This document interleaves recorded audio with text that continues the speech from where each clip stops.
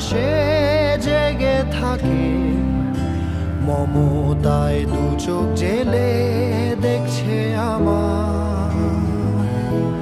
হয়তো ওই জ্বলে থাকা তারা আমার মা, আর ওই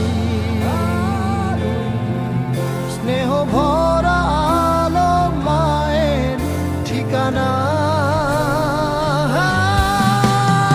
এলোমেলো চুল যত্ন নিয়ে সরিয়ে, চুমু দিয়ে খুব চেপে বুকে জড়িয়ে, আঙুলে আঙুল ধরে রেখে জানাতে বিদায়।